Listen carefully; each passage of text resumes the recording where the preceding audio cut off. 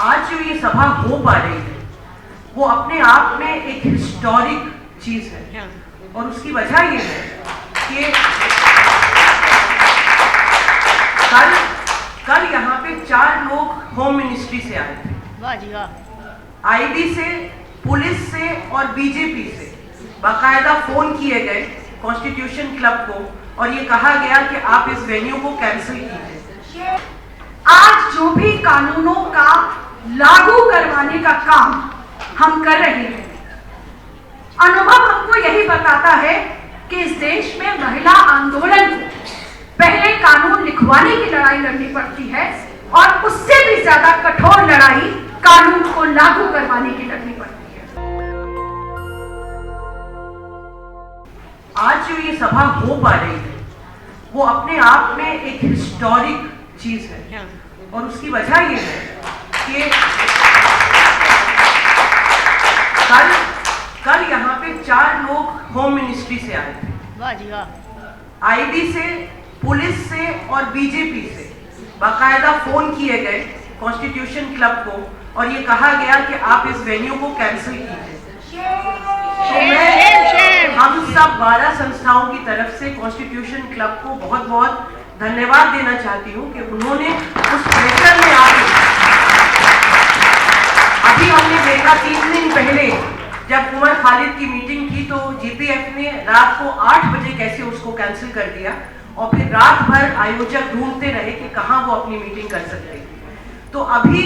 ये गुजरात मॉडल का एक नमूना है। गुजरात में, अहमदाबाद में आज की तारीख में कोई हॉल आपको नहीं मिलता जहां पे आप बैठ के इस तरह बात कर सके। ये पूरी कोशिश है इस सरकार की कि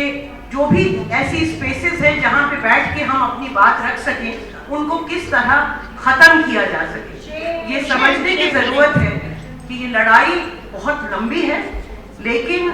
यहाँ पे जितने भी लोग हैं, मैं तो खैर बहुत छोटी सी संस्था से आती हूँ, लेकिन यहाँ ऐसी संस्थाएं हैं जिनके लाखों में मेंबर्स हैं और पूरे हिंदुस्तान में मेंबर्स हैं। तो हम यहाँ से, चाहे वो गृह मंत्रालय हो या पुलिस हो या एजेंसीज हो, उनको ये बहुत साफ तौर पे बताना चाहते हैं कि आप हमारी आवाजों को बंद नहीं कर सकते। हमारी आवाजें हमेशा बुलंद रहेंगी और सारे खिलाड़ियों के साथ, साक्षी मलिक के साथ, बाकी सारे खिलाड़ियों के साथ और जो पहलवान नहीं भी हैं, जो भी महिलाएं इस देश में यौन हिंसा के खिलाफ लड़ाई लड़ रही हैं, उनके साथ सारे महिला संगठन लगातार खड़े रहेंगे और इस लड़ाई को आगे ले जाते रहेंगे। आज इस महिला पंचायत में बहुत सारे जमीन पर लड़ने वाले साथी, जिनकी वजह से आज जो भी कानूनों का लागू करवाने का काम हम कर रहे हैं, अनुभव हमको यही बताता है कि इस देश में महिला आंदोलन को पहले कानून लिखवाने की लड़ाई लड़नी पड़ती है और उससे भी ज्यादा कठोर लड़ाई कानून को लागू करवाने की लड़नी पड़ती है। मौजूदा जो आंदोलन है, आज जिस परिप्रेक्ष्य में, जिस संदर्भ में यहां हम यह महिला पंचायत कर रहे हैं, कार्यस्थलों पर यौन उत्पीड़न का सवाल हमारे बहादुर पहलवानों की लड़ाई की वजह से आज ये केंद्र में आ गया है। आज आपकी इस बहादुर लड़ाई ने सभी को अपनी एकजुटता दिखाने के लिए प्रेरित किया है और इसीलिए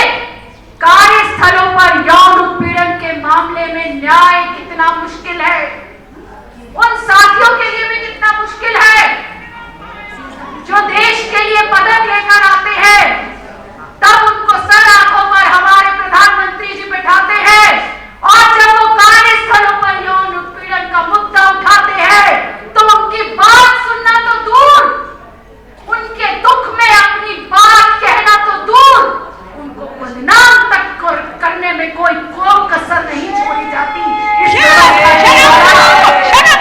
आंदोलन इस बात को साबित कर रहा है। हम ये बात भी रखना चाहते हैं साथियों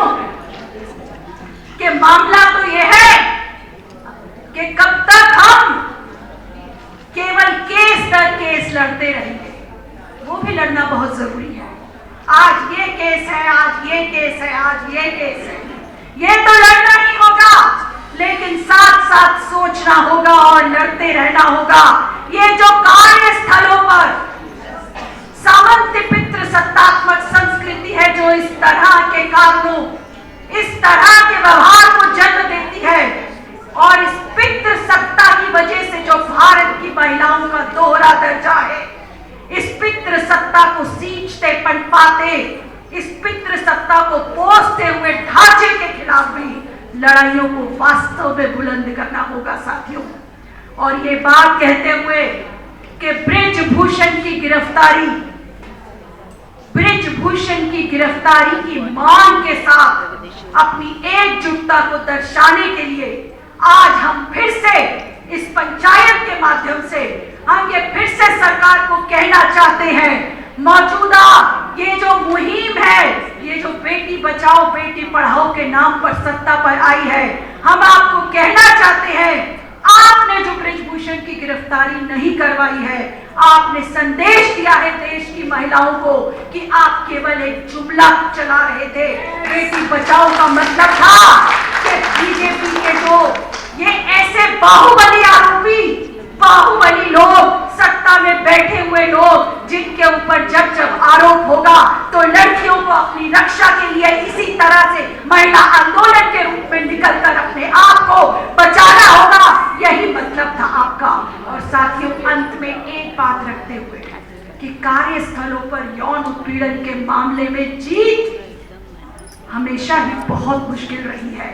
दिल्ली के अंदर हमने कई आंदोलन लड़े और एक बार के विशाखा जजमेंट के तहत जो बात कही गई थी कि आरोपी का ट्रांसफर करवाया जाएगा जब भी कोई महिला किसी के ऊपर आरोप लगाएगी, तो मैं याद दिला देना चाहती हूँ साथियों, दिल्ली के अंदर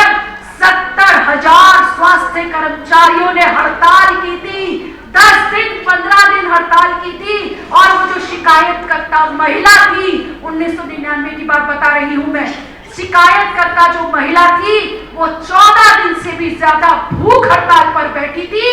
तब वाजपेयी साहब की सरकार थी और तब भी ये बात कहने के लिए कि आरोपी का ट्रांसफर किया जा रहा है जनहित में। तो याद रखिए,